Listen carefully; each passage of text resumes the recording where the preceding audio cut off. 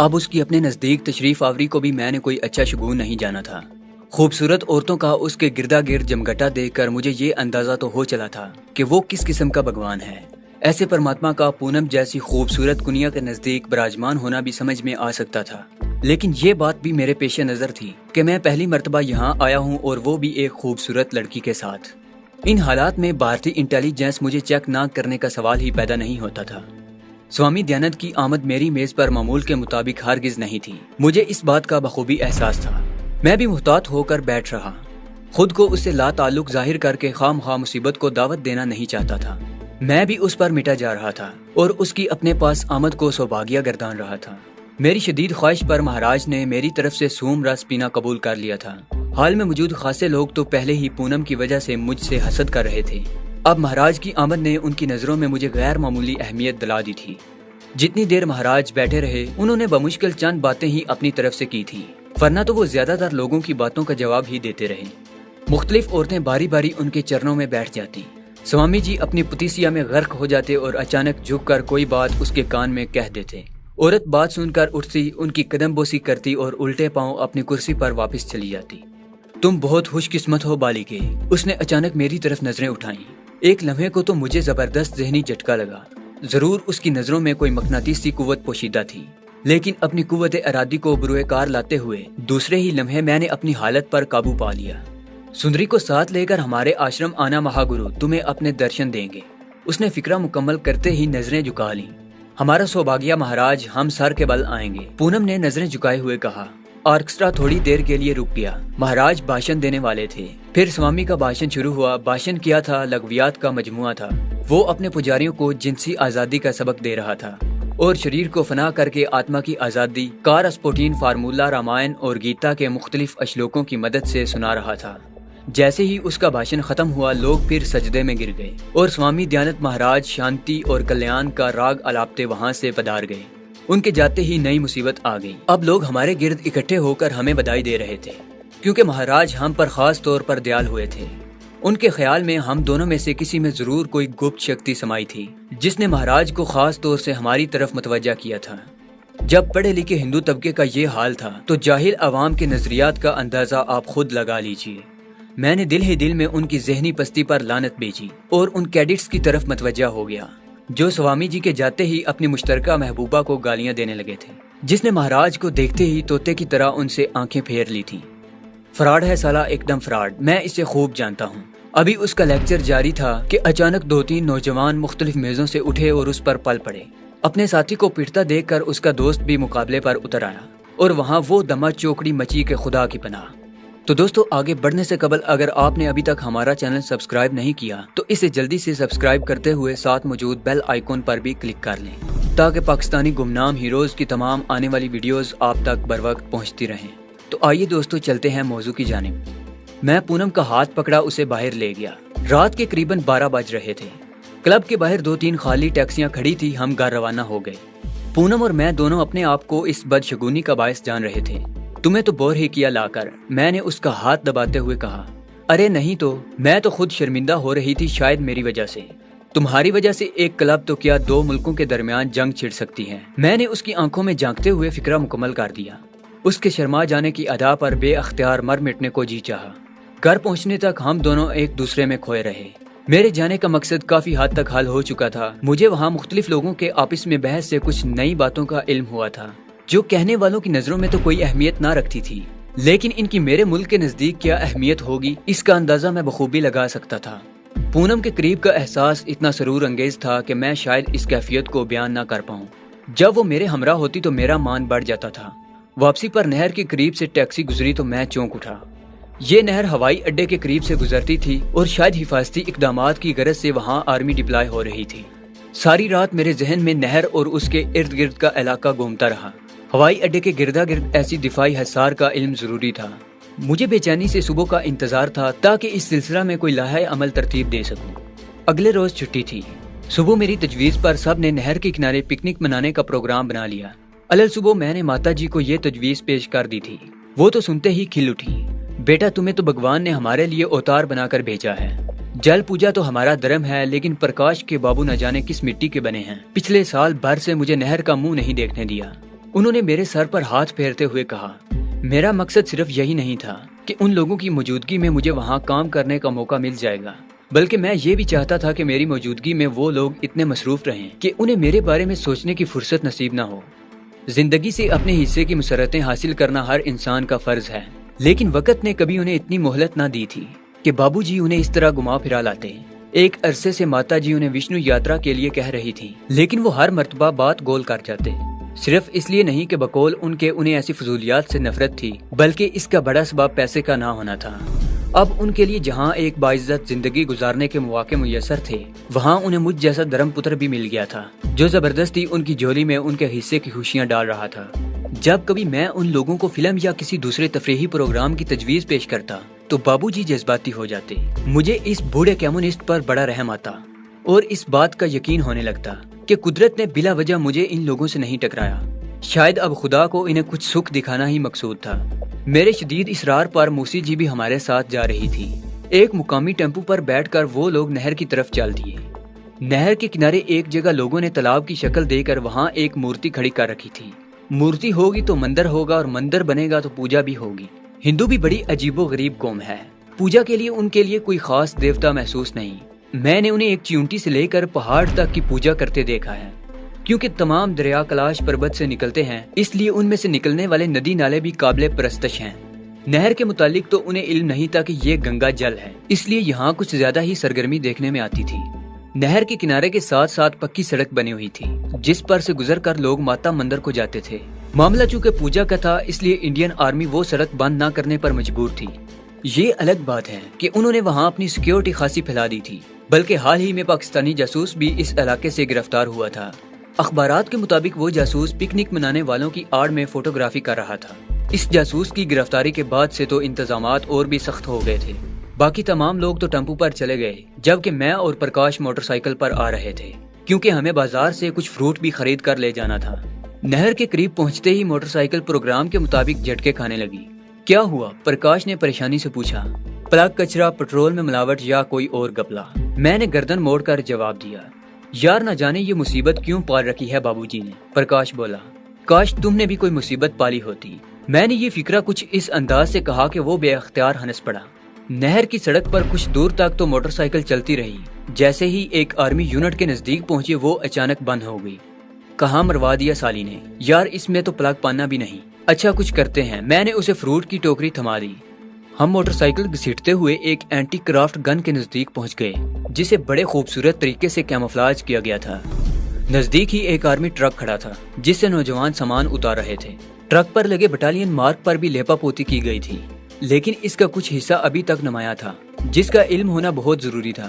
سب لوگ حیرانی سے ہماری سمت دیکھ رہے تھے۔ جے ہند، ہم نے قریب پہنچتے ہی انہیں پرنام کیا۔ جے ہند، 2-3 نوجوان بولے۔ سر شمع کیجیے، آپ کو ڈسٹرب کیا، ایک مشکل پیش آ گئی تھی۔ میں نے سارا فکرہ انگریزی میں بول کر اس میجر پر اپنی اہمیت جتلا دی تھی جو ان سب میں سینئر نظر آ رہا تھا۔ کوئی بات نہیں، آل رائٹ، اس نے فراخ دلی دکھائی۔ چند منٹ کے بعد ہی اپنی فروٹ والی آدھی ٹوکری خالی کروانے کے بعد ہم ان کے ایک لانس نائک سے پلگ کھلوا کر صاف کروا چکے تھے۔ اس نے بڑی مشکل سے ایک ایسی چابی نکالی جس سے ہماری موٹر سائیکل کا پلگ کھلا اور موٹر سائیکل بھی خود ہی سٹارٹ کر کے ہمارے حوالے کی تھی۔ جاتے ہوئے ایک مرتبہ پھر ہم نے جے ہند کا نعرہ لگایا اور وہاں سے چل پڑے۔ تمام جزیات میرے ذہن میں نقش ہو چکی تھی۔ پرکاش نے موٹر سائیکل کے چلتے ہی ایک موٹی سی گالی انہیں دی اور منہ ہی منہ میں بڑبڑانے لگا، باپ کا مال سمجھ رکھا ہے، ویر جی انہیں کچھ دینے سے بہتر تھا آپ اسے دریا میں پھینک دیتے، یار اپنی سینا سے محبت کرنا سیکھو، میں نے اسے چھیڑتے ہوئے کہا۔ جواب میں اس نے سینا کو 2-3 گالیوں سے نواز دیا۔ یہ بات میں نے اکثر محسوس کی تھی کہ بہت کم لوگ بھارت میں اپنی فوج سے محبت کرتے تھے، زیادہ تر انہیں غاصب اور عیاش ہی قرار دیتے تھے۔ یوں تو بھارتی حکومت اپنے جمہوری ہونے کا دعویٰ کرتے نہیں تھکتی، لیکن سویلین ملازمین کے مقابلے میں فوج کو بے پناہ سہولتیں حاصل ہیں۔ یہی وجہ ہے کہ بھارت کا پڑھا لکھا طبقہ فوج کو سخت ناپسند کرتا ہے۔ ان دنوں ابھی سن 71 کی جنگ شروع نہیں ہوئی تھی اور عوام 62 میں چین سے اور 65 میں پاکستان کے ہاتھوں اپنی فوج کی درگت کا تماشا دیکھ چکے تھے۔ مجھے 10 پٹاخے دے دو، ابھی سب کو بگا دوں گا، پرکاش نے ان پر طنز کرتے ہوئے کہا۔ میں نے اسے اس موضوع پر مزید چھیڑنا مناسب نہ سمجھا، لیکن دل ہی دل میں مجھے اس بات سے بے حد خوشی ہوئی کہ اسے اپنی فوج سے نفرت ہے۔ میں تو اسے پکنک ہی کہوں گا، کیونکہ سوائے بوڑھوں کے اور کوئی تالاب کے نزدیک بھی نہیں پھٹکتا تھا۔ کافی لوگ یہاں پہلے سے موجود تھے، نہر کے کنارے بنے مختلف باغات کے ہر محفوظ کونے میں کوئی نہ کوئی کسی نہ کسی کو اپنے ساتھ چمٹائے بیٹھا تھا۔ بابو جی کے کچھ واقف لوگ مل گئے تھے جو آپس میں ملکی حالات پر بحث کر رہے تھے۔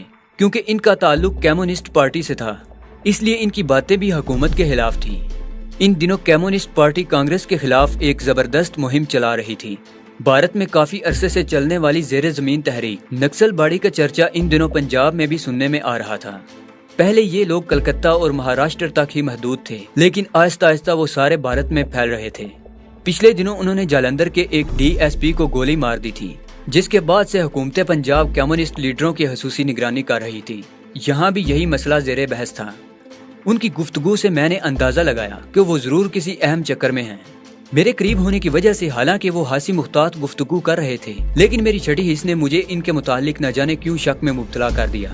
بات تو میرے مطلب کی نہیں تھی۔ بہرحال میں نے اس روز بابو جی کو چیک کرنے کا فیصلہ کر لیا۔ ابھی دوپہر کا کھانا جو پونم اور ماتا جی نے مل کر وہیں بنایا تھا، کھا کر فارغ ہی ہوئے تھے کہ ایک دھماکہ خیز خبر سنائی دی۔ سوامی دیانت مہاراج سنگتوں کو درشن دینے آئے ہیں۔ سوامی جی کا نام سنتے ہی میرا ماتھا ٹھنکا۔ یہ کمبخت یہاں بھی آن مرے گا، مجھے اس کا وہم و گمان بھی نہیں تھا۔ ہر مشتبہ جگہ پر مہاراج پہنچ جاتا تھا۔ مجھے یقین ہو چلا تھا کہ ضرور اس شخص کا انٹیلیجنس سے کوئی تعلق ہے، کیونکہ حال ہی میں اس علاقے سے ایک جاسوس کی گرفتاری نے اسے مشتبہ بنا دیا تھا، جس کی وجہ سے یہاں بھارتی سیکیورٹی کا عمل دخل خاصا بڑھ گیا تھا۔ ابھی کل ہی میری ملاقات سوامی سے ہوئی تھی، اور وہ بھی خصوصی ملاقات۔ اگر اس نے آج بھی مجھے یہاں دیکھ لیا تو خواہ مخواہ میرے متعلق کسی وہم میں مبتلا نہ ہو جائے۔ میرے متعلق انٹیلیجنس کا شک خطرناک بھی ثابت ہو سکتا تھا، کیونکہ رائے کوٹ میں میری آمد حال ہی میں ہوئی تھی۔ انٹیلیجنس والے فوراً میرے ماضی کا تعاقب شروع کر دیتے، جس کا کوئی وجود ہی نہیں تھا۔ اس طرح وہ لوگ اپنا جال بنتے بنتے بہرحال مجھ تک پہنچ جاتے۔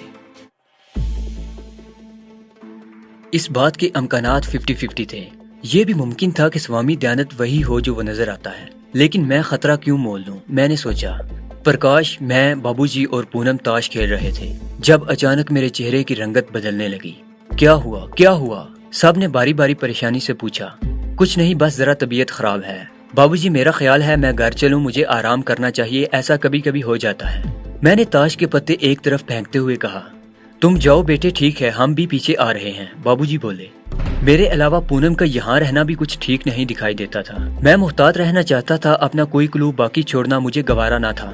آپ لوگ تو سوامی جی کے درشن بھی کریں گے، میرا خیال ہے میں اور پونم موٹر سائیکل سے چلے جائیں، میں نے خود تجویز پیش کر دی۔ جواب میں بابو جی نے مہاراج دیانت کو بے شمار گالیوں سے نواز دیا۔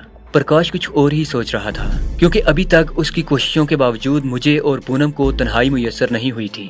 اس کی دانست میں شاید اب میں یہی چاہتا تھا۔ اس نے مجھے اور پونم کو چلتا کیا، باقی سب کو وہ لے کر مہاراج کے درشن کرنے چلا گیا، جبکہ بابو جی اپنے دوستوں کے پاس جا بیٹھے۔ جیسے ہی ہم لوگ رائے کوٹ جانے والی سڑک پر گھومے، میری طبیعت بحال ہو گئی۔ پونم میری اچانک صحتیابی سے سب کچھ سمجھ گئی۔ گھر پہنچتے ہی وہ مسکراتی ہوئی بولی، کمال ایکٹنگ کرتے ہو آپ کو تو۔ اس نے فکرہ ادھورا ہی چھوڑ دیا۔ بات دراصل یہ ہے کہ میں کچھ زیادہ ہی اس سلسلہ میں حساس ہوتا جا رہا ہوں۔ میں چاہتا ہوں میرے سوا تمہیں کوئی نہ دیکھے، کوئی نہ چاہے، میں نے خاص فلمی لہجہ اپناتے ہوئے کہا۔ پونم کھلکھلا کر ہنس پڑی۔ کافی دیر ہم دونوں ایک دوسرے میں کھوئے رہے۔ وقت کا پنچھی پر لگا کر اڑتا رہا۔ ہمیں شام ڈلنے کی خبر تب ہوئی جب سب گھر والے واپس آ گئے۔ موسی اور ماتا جی مہاراج دیانت سوامی کے گن گا رہی تھی۔ انہیں مہاراج کی شکل میں پربھو کے درشن جو ہو گئے تھے، جبکہ دونوں باپ بیٹا اسے سارے راستے کوستے آئے تھے۔ کمبخت نے ساری تفریح کا بیڑا غرق کر دیا، بابو جی نے اسے کوستے ہوئے کہا۔ ہم لوگ اگلی صبح لدھیانہ آ گئے۔ 3-4 روز بعد ایک دن میں اپنے انتہائی خطرناک مشن پر جا رہا تھا۔ مجھے ہوائی اڈے کے تمام حفاظتی انتظامات کے باوجود رات کے اندھیرے میں اڈے میں داخل ہو کر ایک خاص نوعیت کی معلومات حاصل کرنا تھی۔ اس اثناء میں میرے چہرے پر داڑھی اگائی تھی اور 2-3 مزید تبدیلیوں سے میری شکل بالکل بدل چکی تھی۔ سرے شام ہی میں ہوائی اڈے کے قریبی گاؤں کا رخ کر رہا تھا۔ کسان اپنے ہلوں کے ساتھ واپس لوٹ رہے تھے۔ میں نے ایک پنجالی بیلوں کے گلے میں ڈالنے والی اپنے کندھے پر اٹھا رکھی تھی۔ دیہاتیوں والے کپڑے پہن رکھے تھے۔ ان کپڑوں میں کیا کیا چھپا تھا، اس کا علم مجھے یا پھر خدا کو تھا۔ دور سے دیکھنے پر یہی محسوس ہوتا تھا کہ میں دوسرے کسانوں کی طرح ایک کسان ہوں، جس کی زمین سڑک کے دوسری طرف واقع ہے۔ وہاں اپنا کام ختم کرنے کے بعد اب گاؤں واپس جا رہا ہوں۔ ہوائی اڈے کے گردا گرد دور و نزدیک کے دیہاتوں کے مختلف لوگوں کی زمین تھی، اور شام کو وہ سب اسی راستے سے گزر کر اپنے گاؤں کو واپس جایا کرتے تھے جو ہوائی اڈے کے نزدیک سے گزرتا تھا۔ میں آہستہ آہستہ کھیتوں کی منڈیروں پر چلتا ہوائی اڈے کے محسوس علاقے کے گرد لگائی گئی حفاظتی باڑ کے قریب پہنچ چکا تھا۔ اس اثناء میں میری نظریں بڑی بے چینی سے چاروں اطراف کا جائزہ لیتی رہی تھیں۔ بظاہر تو اس بات کے کوئی آثار نہیں تھے کہ مجھے کسی نے دیکھا ہے، کیونکہ سردی کا موسم ہونے کی وجہ سے اب آہستہ آہستہ اندھیرا بھی چھانے لگا تھا۔ یہ ڈھلتے چاند کی رات تھی جسے میں نے خاص طور سے اپنے کام کے لیے منتخب کیا تھا۔ جیسے ہی ہوائی اڈے کی حدود شروع ہوئی، ایک لکڑی کے بورڈ پر میری نظر پڑی جس پر وارننگ دی گئی تھی کہ اس جگہ سے آگے جانا جرم ہے۔ میں نے بڑی لمبی لمبی جنگلی گھاس میں، جسے کیموفلاج کے نظریے کے تحت انڈین ایئر فورس نے خود ہی بڑھا رکھا تھا، پنجالی پھینکی اور خود بھی بڑی پھرتی سے اس میں رینگ گیا۔ اپنے ہاتھوں پر میں نے احتیاطاً ربڑ کے باریک دستانے چڑھا لیے تھے۔ کمر کے گرد بندہ تہ بند میں نے اپنے جسم کے گردا گرد کس کے باندھ لیا تھا اور اپنے اصلی لباس میں جو خاصا چست تھا واپس آ گیا تھا۔ گھاس کے اندر ہی اندر بغیر آواز پیدا کیے چلتا ہوا میں خاردار تاڑ کی باڑ کے نزدیک پہنچ چکا تھا۔ یہ پہلی حفاظتی باڑ تھی۔ میں نے چاروں طرف آہٹ لی اور اطمینان کرنے کے بعد بڑی پھرتی سے ایک چھوٹے سے پلاس کی مدد سے اسے کاٹ کر اپنا راستہ بنایا، پھر اسے جوڑ کر ٹھیک کیا اور اندر جا گھسا۔ آگے ایک نالا بنایا گیا تھا جسے عبور کرنا ذرا مشکل دکھائی دیتا تھا، لیکن اللہ تعالیٰ کی مدد شامل حال تھی۔ اپنی قوت ارادی کے بل بوتے پر میں نے اسے بھی عبور کر لیا۔ اس کے بعد پھر لمبی لمبی گھاس کا سلسلہ شروع ہو گیا۔ یہ گھاس ٹیلوں کے ایک سلسلہ پر اگی ہوئی تھی۔ اچانک میں چونک اٹھا۔ نزدیک ہی ایک تار نظر آیا جس کا سلسلہ کسی جست کی پلیٹ نما شے سے ملا ہوا تھا۔ دل ہی دل میں بھارتی سیکورٹی کو داد دیے بغیر نہ رہ سکا۔ انہوں نے یہاں ہونے والی غیر معمولی نقل و حرکت نوٹ کرنے کے لیے ایسے حساس آلات کا سلسلہ چاروں طرف پھیلا رکھا تھا جو معمولی سی آہٹ کو بھی ریکارڈ کر سکتے تھے۔ ان آلات کا بروقت علم ہونے پر میں نے خدا کا شکر ادا کیا اور مزید احتیاط کے ساتھ آگے رینگ گیا۔ اب میں اسی سڑک کے نزدیک پہنچ گیا تھا جو ہوائی اڈے کے چاروں طرف گشتی دستوں کے لیے بنائی گئی تھی۔ مجھے یہاں رک کر پیٹرول پارٹی کا انتظار کرنے کے بعد آگے جانا تھا۔ قریباً آدھ گھنٹے تک میں زمین سے چپکا وہیں لیٹا رہا، جب اچانک دور سے آنے والی جیپ کی آواز سن کر میرے اعصاب تن گئے۔ تاریکی بڑھ گئی تھی اور دور کی چیزیں بجلی کی روشنی نہ ہونے کی وجہ سے نظر نہیں آتی تھی، سوائے ان بڑی بڑی دیو ہیکل عمارتوں کے جو یہاں سے کم از کم ایک فرلانگ کے فاصلے پر استادہ تھی، اور جن میں سے ایک عمارت میں مجھے داخل ہو کر معلومات حاصل کرنا تھی۔ گشت پارٹی کی جیپ میرے نزدیک آ کر ٹھہر گئی۔ میرے دل کی دھڑکنیں اچانک بے قابو ہونے لگی۔ جیپ کے ہڈ پر لگی ایک طاقتور سرچ لائٹ کی روشنی وہاں پڑنے لگی۔ کہیں انہیں شک تو نہیں ہو گیا، میں نے دل ہی دل میں سوچا۔ ہاتھ میں پکڑے پستول پر میری گرفت اور سخت ہو گئی۔ میں نے اپنے آپ کو اچھی طرح گھاس میں چھپا رکھا تھا اور دم سادے زمین سے چپکا ہوا تھا۔ روشنی کا حالہ میرے اوپر ہی اوپر سے گھومتا ہوا اب آگے کی سمت بڑھ گیا۔ خدا خدا کر کے وہ لوگ وہاں سے چلے گئے۔ ابھی میں بمشکل آگے بڑھنے کے ارادے سے زمین سے اٹھا ہی تھا کہ اچانک مجھے پھر اسی پوزیشن پر واپس آنا پڑا۔ کوئی پیدل گشت پارٹی اس طرف آ رہی تھی۔ میں سنبھل ہی پایا جب 2-3 سائے مجھے اپنے قریب ہی رینگتے دکھائی دیے۔ جنگلی گھاس میں مختلف جگہ ٹارچوں کی روشنی پڑ رہی تھی۔ یہ وہ ٹارچیں تھی جو ان لوگوں نے ہاتھوں میں پکڑ رکھی تھی۔ سرچ لائٹ سے بچنا تو ممکن تھا، لیکن ٹارچ کی روشنی افواہ۔ میری ہتھیلیاں پسینے سے بھیگ رہی تھیں۔ کسی نہ کسی طرح میں نے پستول کے سیفٹی کیچ کو کھولا اور اسے فائر کی پوزیشن میں لا کر آنے والے حالات کا بے چینی سے انتظار کرنے لگا۔ اچانک میرا دل زور سے دھڑکا۔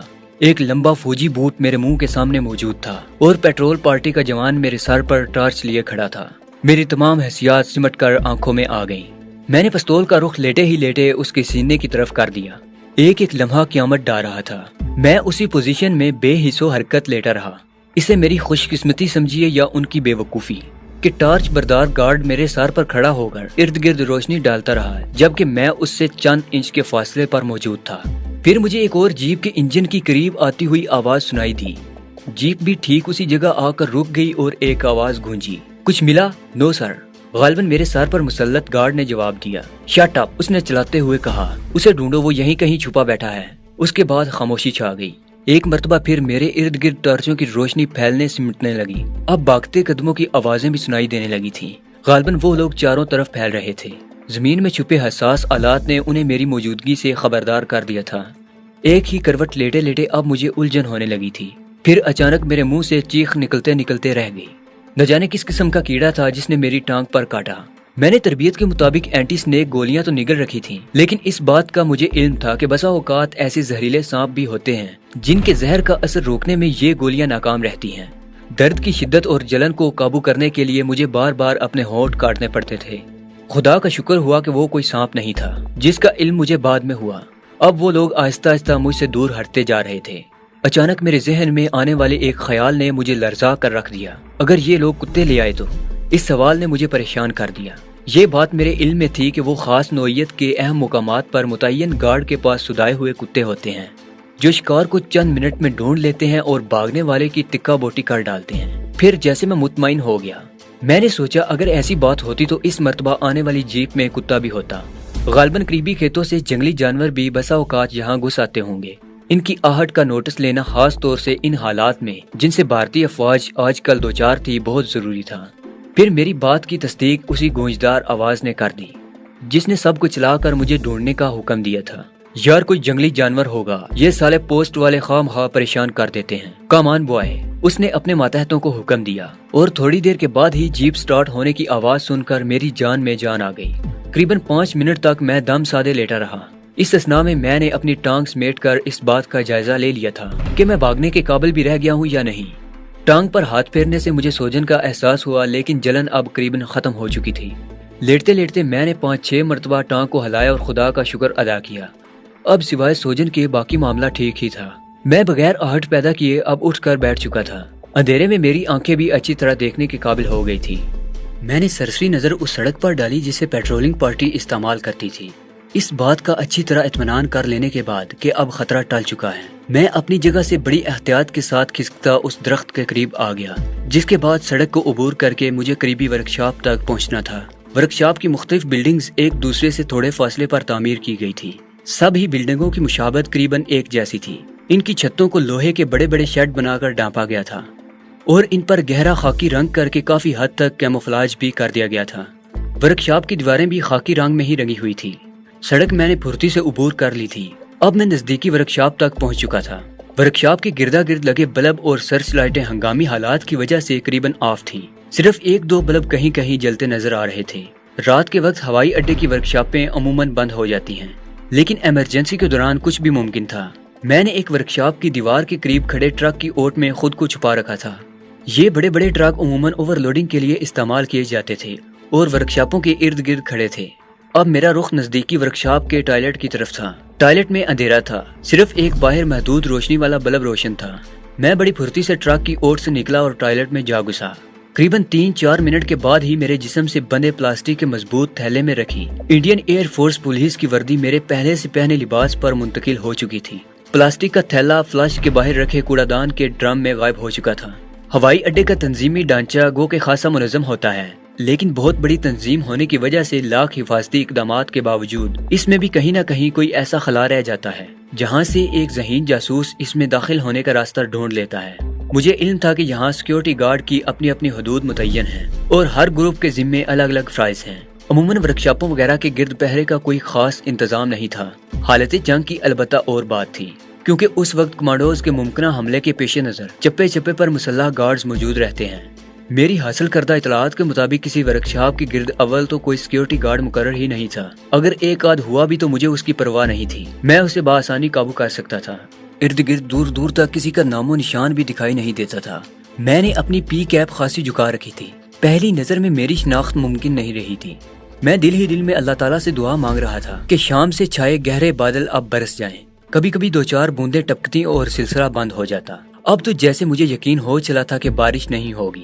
میں بظاہر لاپرواہ سا ٹہلتا ہوا ورکشاپ کے دروازے کی طرف جا رہا تھا جب اچانک میری نیچے کی سانس نیچے اور اوپر کی اوپر رہ گئی۔ چند گز کے فاصلے سے ایک دوسری ورکشاپ کی اوٹ سے اچانک ایک سیکیورٹی گارڈ نکل کر میری طرف آ رہا تھا۔ میں نے حفظ ماتقدم کے طور پر اچانک قدرے ٹیڑھے ہو کر چلنا شروع کر دیا۔ جیسے جیسے وہ قریب آتا جا رہا تھا میرے جسم میں بجلیاں دوڑنے لگی تھی۔ میری خواہش تھی کہ وہ مجھ سے بغیر گفتگو کیے آگے نکل جائے، لیکن بظاہر ایسا ممکن دکھائی نہیں دیتا تھا۔ اس نے مجھ سے چند فٹ کی دوری سے پکارا، شیکھر۔ شاید یہاں کسی شیکھر کی ڈیوٹی تھی۔ اس اثناء میں میرے ذہن نے ایک تجویز سوچ رکھی تھی۔ ابھی اس کے منہ سے بمشکل شیکھر ہی نکلا تھا جب میں نے اس کے مخالف سمت منہ کر کے آہستہ آہستہ کھانسنا شروع کر دیا۔ کھانستے کھانستے میں آہستہ آہستہ نیچے کو جھکتا جا رہا تھا۔ آنے والا شاید میری خیریت دریافت کرنے کے لیے تیزی سے میری طرف آیا۔ اسے اپنے قریب محسوس کرتے ہوئے میں نے پھرتی سے رخ بدلا۔ میرا زوردار گھٹنا اس کے پیٹ کے نچلے حصے پر اور زوردار لات اس کی کنپٹی پر ایک ساتھ لگے تھے۔ آدمی کمزور دل دکھائی دیتا تھا۔ بیچارے کو منہ سے آواز نکالنے کی مہلت بھی نصیب نہ ہوئی۔ زمین بوس ہونے سے پہلے وہ میرے مضبوط ہاتھوں کی گرفت میں آ چکا تھا مجھے کچھ نہ سوجا، اسے بھی میں اپنے ساتھ ورکشاپ میں ہی لے گیا۔ ورکشاپ کا بغلی دروازہ کھلا ہی تھا۔ بے ہوش گارڈ کو میں نے ایک کونے میں لٹایا۔ اس کی بے ہوشی کو لمبا کرنے کے لیے میں نے اپنی جیب سے ایک رومال نکال کر اسے سونگا دیا تھا۔ اب 3-4 گھنٹے سے پہلے اس کے خود بخود ہوش میں آنے کا امکان نہیں تھا۔ کوئی اسے جگا دیتا تو الگ بات تھی۔ اندر ہلکی روشنی کے 1-2 بلب جل رہے تھے۔ میری توقع کے عین مطابق ورکشاپ میں ایک جہاز کے انجن کے محسوس حصے مرمت یا اوور ہالنگ کے لیے ایک ٹریلر پر رکھے تھے۔ چند منٹ کے بعد ہی میں ان کے ایک پرزے کو اپنے پاس موجود ایک چھوٹے سے طاقتور کیمرے کی مدد سے اپنی گرفت میں لا چکا تھا۔ پرزوں پر لگے مختلف ٹریڈ مارک میرے ذہن میں سما چکے تھے۔ ابھی میں بمشکل چند قدم ہی چل پایا تھا کہ اچانک لڑکھڑایا اور گرتے گرتے بچا۔ میری ٹانگ میں زبردست ٹھیس اٹھی تھی، غالباً زخم پھر سے ہرا ہو رہا تھا۔ درد سے بے حال ہو کر میں نے قریبی دیوار کا سہارا لیا۔ ذرا سکون ملا تو دوبارہ قدم آگے بڑھانا چاہا، لیکن ایک مرتبہ پھر منہ میں آنے والی چیخ کو ضبط کرتے ہوئے اسی پوزیشن میں واپس آنا پڑا۔ اف میرے خدایا، کیا اتنی زبردست کامیابی کے بعد میں ایک کیچوے کی طرح بھارتی فورس کے قابو آ جاؤں گا؟ میں نے سوچا اور میرا دل ڈوبنے لگا۔ اچانک پیش آنے والی صورتحال نے مجھے رلا دیا۔ میں خاصا جذباتی ہو چلا تھا جب قدرت کو مجھ پر رحم آیا اور رک رک کر ہونے والی بوندا باندی نے اچانک زوردار بارش کی صورت اختیار کر لی۔ اب کم از کم مجھے اتنا تحفظ تو حاصل تھا کہ بارش کی وجہ سے شاید ہی کوئی اس طرف آتا۔ میرے کپڑے بھیگنے لگے تھے۔ میں نے دل کڑا کر کے قدم بڑھائے۔ درد سے میرا برا حال تھا، لیکن کسی نہ کسی طرح گھسٹتے ہوئے میں نے خطرے کی پہلی حد یعنی سڑک عبور کر لی۔ سڑک سے تاروں کی پہلی باڑ تک کا فاصلہ میں نے قریباً کوہنیوں کے بل ہی طے کیا تھا۔ واپسی کا سفر کسی عذاب سے کم نہیں تھا۔ میں نے ایک مرتبہ پھر لوہے کی خاردار تار میں سے راستہ بنایا اور وہ فاصلہ جو مجھے اپنی تربیت کے مطابق 3-4 منٹ میں عبور کرنا چاہیے تھا وہ صدیوں پر محیط نظر آنے لگا۔ خدا خدا کر کے قریباً آدھ گھنٹے کے بعد کسی نہ کسی طرح گرتا پڑتا میں اس کھیت تک پہنچ گیا جہاں مجھے کپڑوں سے نجات حاصل کرنا تھی۔ میری سانس بری طرح پھولنے لگی، سارا جسم پسینے سے نہا گیا تھا۔ موت کا خوف تھا یا میری قوت ارادی کہ درد کا احساس اب آہستہ آہستہ ختم ہو رہا تھا۔ ہنگامی ضرورت کے تحت اپنے پاس پہلے سے موجود اسپرین کی 2-3 گولیاں نگلنے کے بعد اب قدرے آفاقہ محسوس ہونے لگا تھا۔ بارش تھم چکی تھی۔ میں لنگڑاتا ہوا کھیت سے باہر نکلا اور اپنے مقررہ راستے پر چلنے لگا۔ مجھے صبح ہونے سے پہلے یہاں سے بہت دور چلے جانا تھا۔ صبح جب سورج کی پہلی کرن نے تاریکیوں کے چھٹ جانے کا مسئلہ سنایا تو میں نے اندازے کے مطابق اپنی خستہ حالی کے باوجود کم از کم 10 میل کا فاصلہ طے کر لیا تھا۔ میں محفوظ تو ہو چکا تھا، لیکن ٹانگ کی بری حالت تھی، سوجن بڑھتی جا رہی تھی۔ مجھے جلد از جلد کسی ڈاکٹر تک پہنچنا تھا۔ ایک لاری میں بمشکل میں لدھیانہ پہنچا۔ دوران سفر میں نے زبردستی اپنے آپ کو نارمل رکھا۔ لدھیانہ اڈے کی بجائے شہر سے باہر ہی اتر گیا۔ اب میرا رخ ایک مقامی ڈاکٹر کی دکان کی طرف تھا جس سے میرا تعارف پرکاش نے کروایا تھا۔ ڈاکٹر صاحب ابھی کلینک جانے کی تیاری کر رہے تھے جب میں ان سے ٹکرا گیا۔ انہوں نے مجھے پہچانتے ہوئے خصوصی توجہ اور کمال مہربانی سے مجھے دیکھا۔ کمال ہے، سوجن اتنی زیادہ کیسے ہو گئی؟ شاید کسی ٹھوئے نے کاٹ لیا ہے۔ انہوں نے میری سوجی ہوئی ٹانگ پر انگلیاں بجاتے ہوئے کہا، جناب اصل میں کل رات ایک جگہ پیشاب کرتے ہوئے کسی کیڑے نے کاٹ لیا تھا۔ اس وقت تو کچھ محسوس نہ ہوا، اب صبح سے درد ہونے لگا ہے۔ میں نے صفائی پیش کی، تو یوں کہو نا بے احتیاطی کی وجہ سے یہ حالت ہوئی۔ انہوں نے مجھے 2 انجیکشن لگائے، ٹانگ پر معمولی سی نشتر زنی کے بعد پٹی باندھی، دوائیوں کی ایک فہرست لکھ کر مجھے تھما دی اور فیس لے کر چلتا کیا۔ ایک رکشہ میں پہلے میں اسٹیشن پہنچا جہاں ایک لاکر میں اپنی ضروری اشیاء محفوظ کی اور دوبارہ رکشہ کے ذریعے پرکاش کے پاس جا پہنچا۔ میری حالت دیکھ کر وہ گھبرا گیا۔ کیا ہوا؟ اس نے بے چینی سے پوچھا۔ پہلے یہ لاؤ پھر دوسری بات کرنا۔ میں نے دوائیوں کا نسخہ اسے تھما دیا۔ پرکاش اگلی بات کرنے سے پہلے بھاگا باہر گیا۔ اس کی واپسی چند منٹ کے بعد ہی ہو گئی۔ اس اثناء میں نے اسے مطمئن کرنے کے لیے ایک شاندار کہانی گڑھ لی تھی۔ پرکاش مطمئن ہو گیا۔ میں نے اس سے درخواست کی کہ وہ گھر میں کسی کو اس حادثے کی اطلاع نہ دے، میں انہیں خام خواہ پریشان نہیں کرنا چاہتا۔ پرکاش نے میری یہ درخواست اس شرط پر مانی کہ میں کم از کم 1 مہینہ کہیں نہیں جاؤں گا۔ بڑی کڑی شرط لگائی تھی اس نے۔ 3 دن میں نے بیماری کی حالت میں گزارے۔ ٹانگ کی سوجن نے بخار کی کیفیت پیدا کر دی تھی، پھر بخار شدت اختیار کرنے لگا، لیکن میں نے بڑے جبر سے اپنی حالت کو پرکاش کے سامنے بظاہر نارمل بنائے رکھا۔ مجھے تشویش تھی کہ وہ گھبرا کر کہیں بابو جی کو اطلاع نہ کر دے۔ تیسرے دن میری حالت خاصی سنبھل گئی۔ اب مجھے چلنے میں کوئی دقت نہیں ہوتی تھی۔ صحت یاب ہوتے ہی میں نے سب سے پہلے اپنے مال کی فکر کی اور اسے محفوظ ہاتھوں کے ذریعے اپنے ملک میں پہنچا دیا۔ 5ویں روز جب میں اچھی طرح چلنے کے قابل ہو گیا تو میں نے رائے کوٹ کو رخت سفر باندھا۔ پرکاش کام کی زیادتی کی وجہ سے لدھیانہ ہی رہ گیا۔ ہفتے کا دن تھا۔ میں نے سوچا اگلے روز چھٹی ہے، پونم سے ملاقات بھی رہے گی۔ میرا ارادہ اس مرتبہ سوامی جی کو چیک کرنے کا تھا کہ آخر یہ مہاتما ہیں کیا۔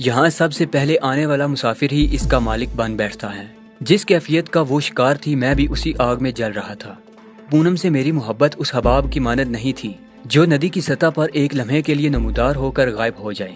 اس میں تو دریا جیسی گہرائی تھی، اس کی تپش تو مجھے کبھی بھی جلا سکتی تھی۔ ہم دونوں ایک دوسرے کی لگائی ہوئی آگ میں جل رہے تھے۔ ایک تو مجھے یہ سمجھ نہیں آتی کہ تم ہمیشہ منفی نقطۂ نظر سے کیوں سوچتی ہو۔ میں نے دل پر جبر کر کے مسکراتے ہوئے کہا، اچھا ہمارے ساتھ وشنو یاترا ضرور چلیے۔ بابو جی آپ کو منع تو کریں گے، لیکن میرے لیے وہاں مانگنے والی ہر منت پوری ہوتی ہے۔ میں نے اس کا دل رکھنے کے لیے ہاں کر دی۔ عجیب بات تو یہ تھی کہ کلب میں ابھی تک کسی کے منہ سے میں نے ہوائی اڈے پر ہونے والے واقعے کے متعلق کچھ نہیں سنا تھا، یا پھر ان لوگوں کو سختی سے ہدایت کی گئی تھی کہ اس واقعے کا ذکر کسی سے نہ کیا جائے، کیونکہ بھارتی سیکیورٹی کم از کم اتنی مضبوط نہیں تھی کہ وہ ایسی بات کی ہوا کسی کو لگنے ہی نہ دیتی۔ نئے سکواڈز کی آمد، افسران کے تبادلے، شکایتیں، نئے نئے انکشافات اور مختلف سکینڈل، جن کا موضوع زیادہ تر یہی ہوتا تھا کہ فلاں افسر کی بیوی فلاں کیڈٹ سے پینگیں بڑھا رہی ہے اور فلاں کی فلاں سے۔ یہ تھے وہ موضوعات جن پر عموماً یہاں گفتگو سننے کو ملتی تھی۔ ہم اگرچہ دوسری مرتبہ کلب میں آئے تھے، لیکن ابھی وہاں کے مستقل بیٹھنے والوں نے پونم کو نہیں بلایا تھا کہ اعلیٰ فوجی افسران کے ہوتے ہوئے آخر ایک سول لڑکے سے پونم کی دوستی چہ مانی دارد، کیونکہ اعلیٰ فوجی افسران کی ذہنی تربیت ہی کچھ اس انداز سے کی جاتی ہے کہ کم از کم لڑکیوں کی حد تک وہ خود کو بلا شرکت غیرے اپنی ملکیت جانتے ہیں۔ عجب بات کہ بھارت میں آج تک مارشل لا نہ لگنے کے باوجود وہاں فوج کے خلاف خاصی نفرت پائی جاتی ہے، خصوصاً پولیس اور فوج کے درمیان تصادم اور تلخ کلامی تو آئے روز اخبارات میں پڑھنے کو ملتی ہے۔ ہمیں بیٹھے ہوئے ابھی بمشکل آدھ گھنٹہ ہی گزرا تھا جب میں نے ایک سمارٹ برہمن آفیسر کو اپنی میز کی طرف بڑھتے دیکھا۔ وہ سول کپڑے پہنے ہوئے تھا۔ اگر آپ کی اجازت ہو تو، اس نے بڑے مؤدب لہجے میں پوچھا۔ او کیوں نہیں، میں نے خوش اخلاقی کا مظاہرہ کرتے ہوئے کہا۔ فلائٹ لیفٹیننٹ راج کمار، اس نے مجھ سے مصافحہ کرتے ہوئے کہا۔ پرکاش اور پونم، میں نے پونم کی طرف اشارہ کرتے ہوئے کہا۔ پونم نے ہاتھ ملانے سے بچنے کے لیے پہلے ہی ہاتھ باندھ دیے تھے۔ کلب میں آنے والی کسی بھارتی ناری سے یہ امید تو کم ہی ہوتی تھی کہ وہ شرم و حیا کا مظاہرہ کرے، لیکن یہ بھی ممکن تھا کہ کبھی کبھی کوئی بھارتی مہلا بھی آ جاتی جس کے متعلق عموماً وہ لوگ یہی اندازہ لگاتے تھے اور کھل جائیں گے دو چار ملاقاتوں میں۔ دو چار روایتی باتوں کے بعد ہم بے تکلفی سے آپس میں گفتگو کرنے لگے۔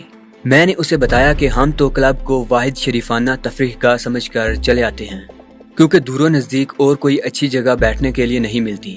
پونم کو میں نے اپنی منگیتر بتایا۔ اس تعارف نے ہی راج کمار کے ارمانوں پر اوس ڈال دی تھی، لیکن وہ جلدی ہتھیار پھینکنے والا دکھائی نہیں دیتا تھا۔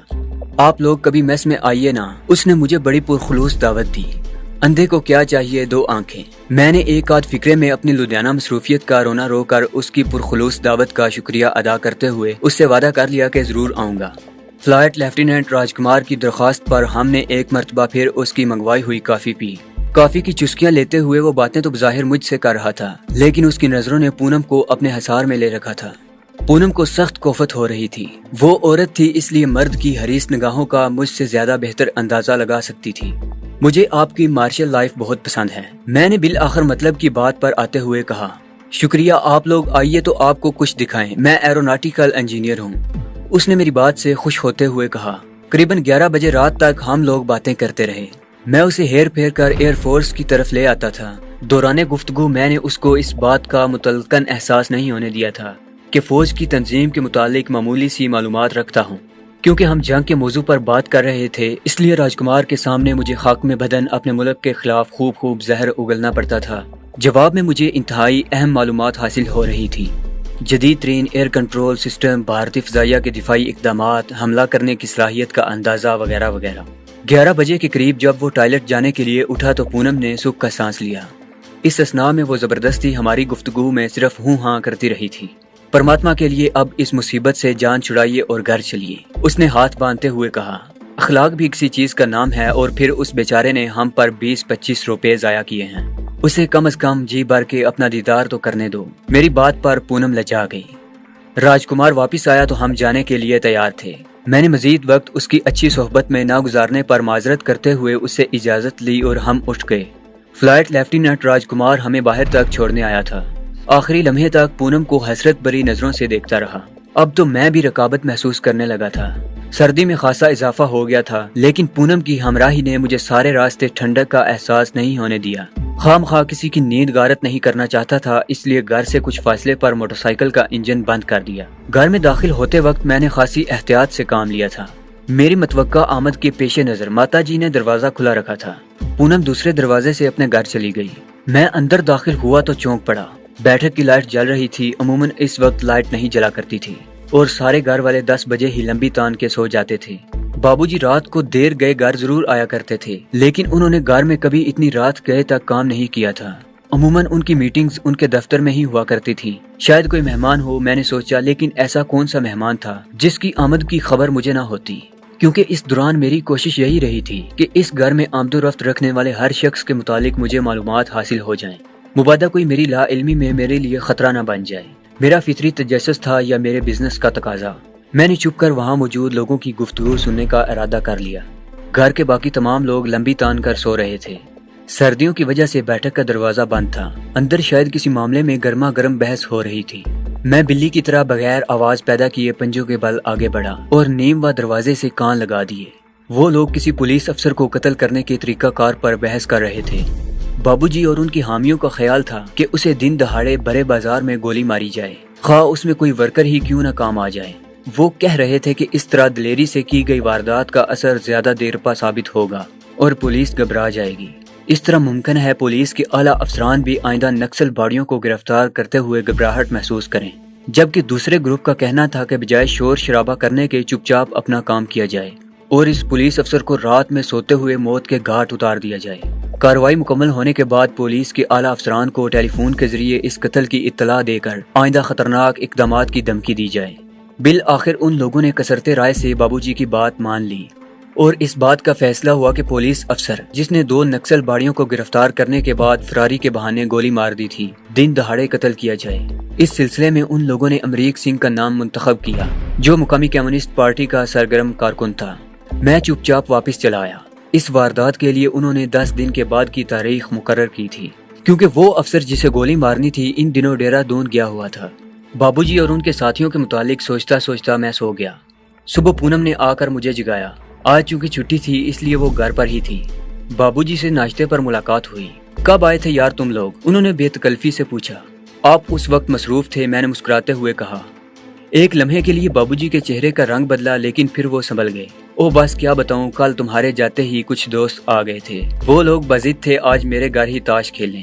میں نے تمہاری ماتا کو سوتے دیکھ کر ہاں کر دی۔ کیا کروں یار، وہ پہلے ہی کہتے ہیں میں بیوی سے ڈرتا ہوں۔ میں بھی ان کے ساتھ ان کی بات پر ہنس پڑا۔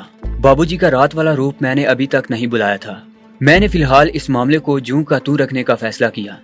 بیٹا ہم لوگ وشنو یاترا پر جا رہے ہیں، اب زندگی کا تو کوئی بھروسہ نہیں، سوچتی ہوں جیتے جی وشنو یاترا کے درشن کر لوں۔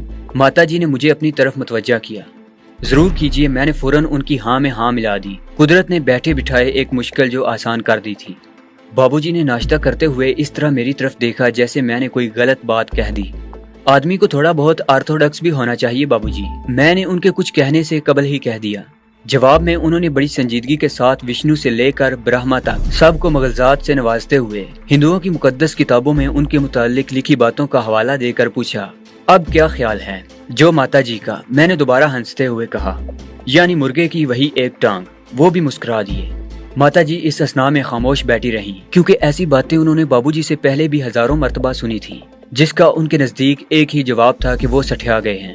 وشنو پوجا بھارت کی غالباً سب سے بڑی پوجا ہے، قریباً سارے بھارت کے ہندو اس دیوی کو پوجتے ہیں، ورنہ میرے مشاہدے میں تو یہی بات آئی تھی کہ جوں جوں پنجاب سے آگے چلتے جائیں دیویاں تبدیل ہوتی جاتی ہیں۔ مثلاً کلکتہ میں جتنی پوجا کالی ماتا کی ہوتی تھی اتنی پنجاب میں نہیں ہوتی تھی، یا پھر اتر پردیش میں جتنی پوجا درگاہ مائی کی جاتی تھی اتنی مہاراشٹر میں نہیں ہوتی تھی۔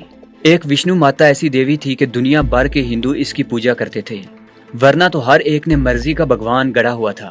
بابو جی نے مجھے ماتا اور پونم کے ساتھ بیچ کر اپنی دانست میں اپنی جان چھڑا لی تھی، جبکہ پرکاش نے بھگوان کا شکر ادا کیا تھا کہ وہ سردی سے بچ گیا ہے، ورنہ کشمیر کی برفیلی ہوائیں تو ہڈیوں میں گھس جاتی ہیں۔ سالگرام بیچارے کو حسب معمول چھٹی نہیں ملی تھی، پر نپٹو کو بابو جی نے یہ کہہ کر روک لیا تھا، اس پر ماتا کا سایہ نہ پڑے تو بہتر ہے، اتنی سردی بیچارہ کہاں برداشت کرے گا۔ خود نپٹو بھی پہاڑیوں میں پیدل چلنے سے خوف زدہ تھا، اس کی خواہش تو بس یہی تھی کہ بابو جی اسے پرکاش انکل کے پاس لدھیانہ چھوڑ آئیں۔